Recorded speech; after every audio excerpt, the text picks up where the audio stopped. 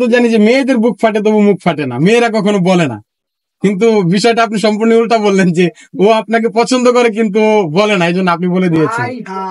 কারণ না বললে তো পাইতো না, আরেক জায়গায় ছেড়ে দিত, এই কারণে আগে আগে বলে দিচ্ছে। আচ্ছা, এই পরবর্তী সময়ে মানে ভালোবাসা সম্পর্কিত যে বিয়েটা হলো আপনাদের, এরপরে কি বাধার সম্মুখীন হয়েছেন যে হ্যাঁ আমরা বিয়ে করার পর এটা বাধা হয়েছে? এরপরে যে বাধাটা সবচেয়ে বড় এটা হচ্ছে ফ্যামিলিগত ভাবে মেনে নেওয়া না নেওয়ার একটা বিষয় আছে।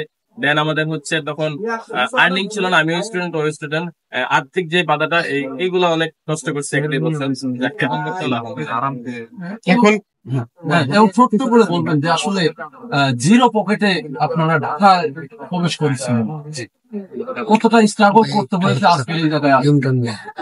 স্ট্রাগল তো অনেক করতেছে, যেমন 4,000, 5,000, 8,000, 10,000 টাকা চাকরি করে করে করে করে আস্তে আস্তে হচ্ছে দেন আমরা কন্টেন্ট ক্রিয়েটরে আসি, এখান থেকে ভালো একটা রেভিনিউ পাই, এন্ড বর্তমানে আমি বিজনেস নিয়ে ব্যস্ত। সবকিছু মিলে খুব ভালো। মানে এই বিজনেসের পাশাপাশি এই মানে মিডিয়াতে বা অনলাইনে কাজ করা যে প্ল্যাটফর্ম, এটা মাথায় কিভাবে আপনাদের গুরুত্বপূর্ণ? এটা আমি আগে থেকে কাজ করতাম, আমি বিয়ের আগে থেকে বিভিন্ন শর্ট ফিল্মে টুকটাক কাজ করতাম, তখন থেকে আমার ছিল আইডিয়া ছিল এই ব্যাপারে, মিডিয়ার ব্যাপারে।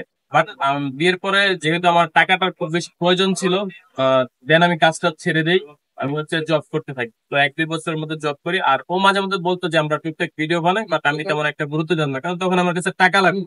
দিন শেষে যদি আমি 8-10 হাজার টাকা ইনকাম করতে না পারে আমার সংসার চলবে না। দুজন সিঙ্গেল, মানে একাই ছিলাম, আমাদের ফ্যামিলি কোনো সাপোর্ট ছিল না।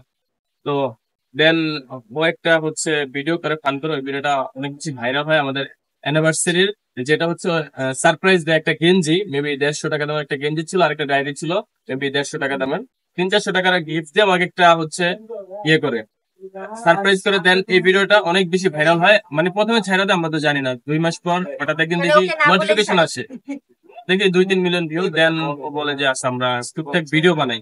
তখন বিভিন্ন কাপড় ব্লগার ছিল, তাদেরকে দেখাতে বলতো যে এদের কাপড়টা অনেক সুন্দর, দেখো ভিডিও করো। দেন ওদের থেকে দেখে দেখে মূলত শিখা, আর এই লাইন আছে। জান্নাতের কাছে জানতে চাইবো, শূন্য হাতে ভালোবাসার মানুষকে নিয়ে ট্রাকে চড়ে বেরিয়ে যাওয়া, আর এখন হচ্ছে একটা প্রতিষ্ঠানের মালিক, পাশাপাশি সোশ্যাল মিডিয়াতে খ্যাতি আছে, এই বিষয়টাকে এখন কিভাবে দেখছেন? তখন থেকেই মনে করতাম যে আল্লাহ যা করে ভালোর জন্য করে। এখন হয়তো আমি শূন্য আছি, একদিন এই শূন্য নাও থাকতে পারি, হিসেবে আলহামদুলিল্লাহ। এখন কি মনে হচ্ছে যে শূন্য হাতে যাকে চয়েস করেছিলেন সেটা রাইট ডিসিশন ছিল? সর্বশেষ একটি কথা, দুজনের ভিতরে মারামারি লাগলে কে জিতে? এই পর্যন্ত মানুষ ভাই মায়া লাগে, মারতে পারি না, একটা দিলে হজম করে নিতে হয়। প্রতিবারই কি জান্নাত জিতে? হ্যাঁ, প্রতিবারই জিতে।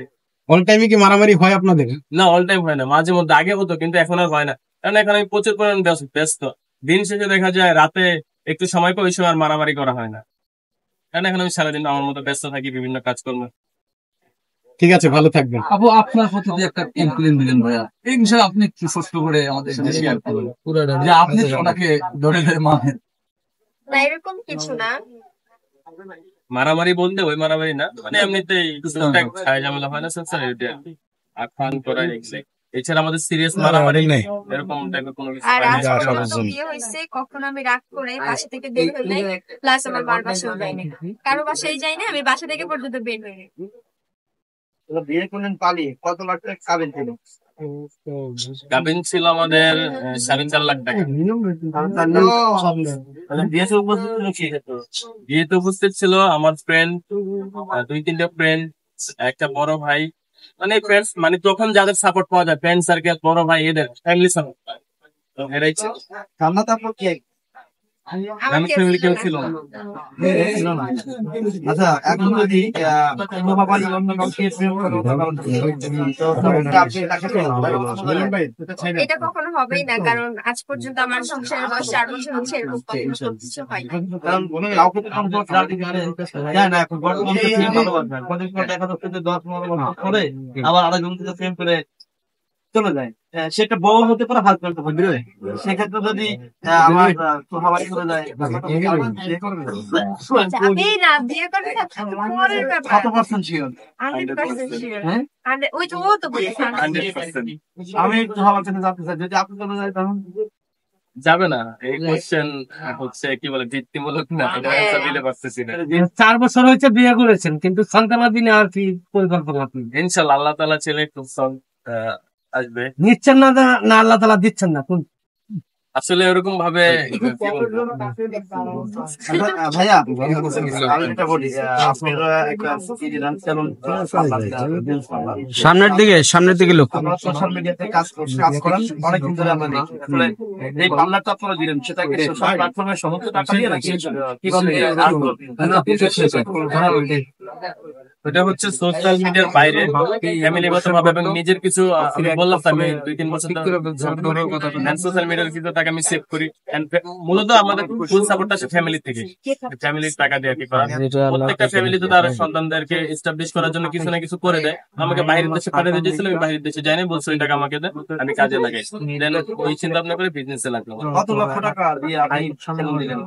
আনুমানিক 35 থেকে 40 লক্ষ, 40 লাখ টাকা। মানে এটার মধ্যে আছে। আচ্ছা, জান্নাত আপুর কাছে একটু নাই। এই যে আপুর কাছে আসলে আপু একটা সমস্ত প্ল্যাটফর্মে